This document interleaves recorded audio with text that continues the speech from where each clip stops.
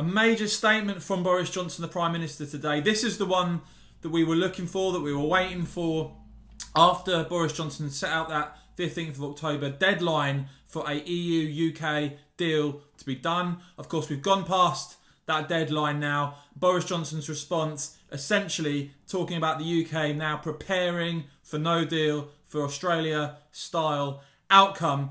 As ever, guys, I'm going to bring you all the very latest on this, but if you could please start off by making sure you've hit that subscribe button, hit the bell so you don't miss future reports, and of course you can support my work, giving you the alternative to mainstream media by hitting the join button to join the supporters club. We can have lots of exclusive content, some of which I'll tell you about a bit later. Now let's just get into this, because Boris Johnson has essentially said that the UK now must prepare for a no-deal outcome from the 1st of January. And unlike other mainstream media outlets, I'm actually going to give you his words in full before telling you what I think and dissecting this a bit more. Boris said, from the outset, we were totally clear that we wanted nothing more than a Canada-style relationship based on friendship and free trade. To judge by the latest EU summit in Brussels, and I'm going to come to that in just a bit as well, that won't work for our EU partners. They want the continued ability to control our legislative freedom, our fisheries, in a way that is completely unacceptable to an independent country, Boris said.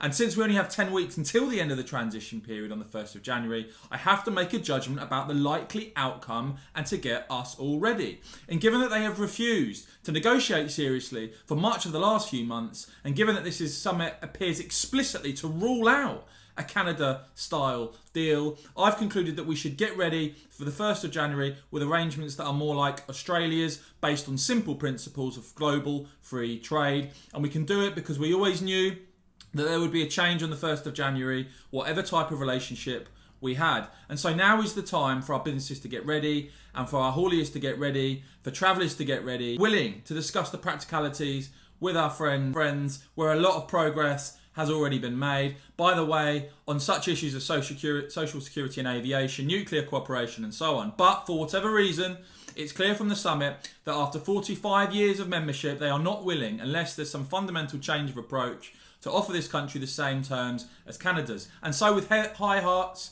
and with complete confidence, we will prepare to embrace the alternative, and we will prosper mightily as an independent, free trading nation, controlling our own borders, our fisheries, and setting our own laws. And in the meantime, the government will, of course, be focusing on tackling COVID and building back better, so that 2021 is a year of recovery and renewal.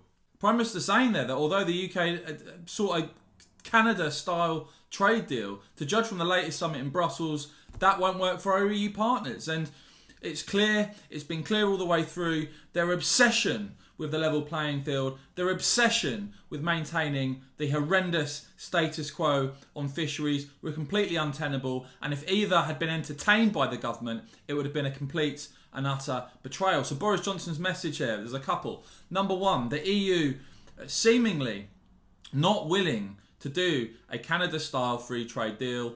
And while Boris saying that he's not walking away, fundamental change of opinion being required from the EU if there is to be a deal. Though, of course, the sounds from the summit, from the likes of Emmanuel Macron and others, it doesn't sound like Macron's going to back down from wanting the status quo on fisheries. When asked specifically whether the UK would walk away from talks, and of course Boris said that if there wasn't a deal by the 15th of October, he would walk away. Boris was said, as far as I can see, they've abandoned the idea of a free trade deal. There doesn't seem to be any progress. So what we're saying is come here, come to us.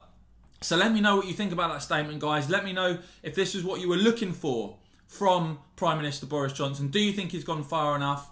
Do you think he'll follow through on no deal? I'll give you some responses here. Nigel Farage responding to the statement by saying a Canada-style deal was always impossible given the withdrawal agreement. Boris now reaching the right solution. And Chris Rose, Brexiteer, saying no deal is getting very close. Love to see it. And I must say myself, as a Brexiteer, someone who's campaigned for Brexit and fought for it over many years now, you know, time and time again, we've had to fight against a stitch-up, against a sellout, and it does appear now that the government, aren't going to cave in and serve up the EU all of the restrictions that they want to cut off and curtail Brexit competitive advantage. And just to give some more background to this, because there was an EU summit, and this is what Lord Frost said in response to it. He was disappointed by the conclusions on the UK-EU negotiations, surprised that the EU is no longer committed to working intensively to reach a future partnership as agreed with von der Leyen on the 3rd of October. Also surprised,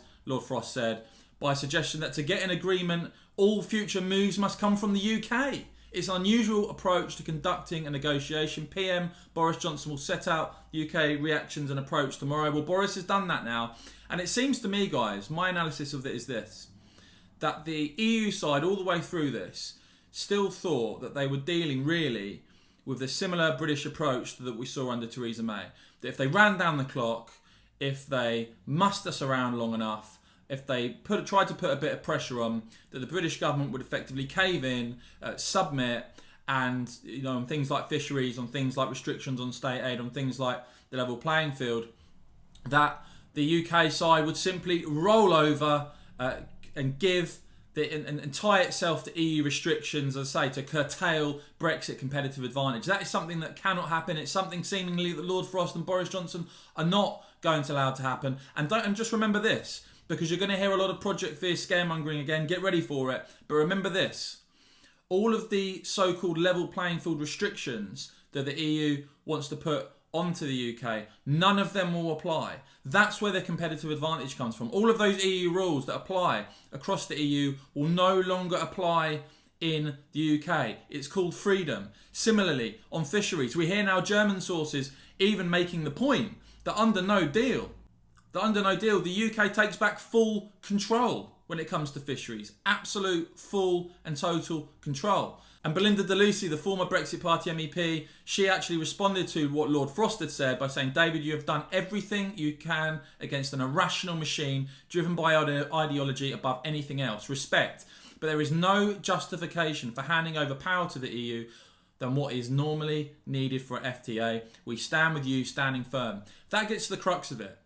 The UK would have been quite happy to do a sensible free trade deal. The EU is absolutely clearly motivated with a political element to try and stop Brexit competitive advantage by throwing in all sorts of restrictions with a trade deal. That had to be resisted. It looks like it is being resisted.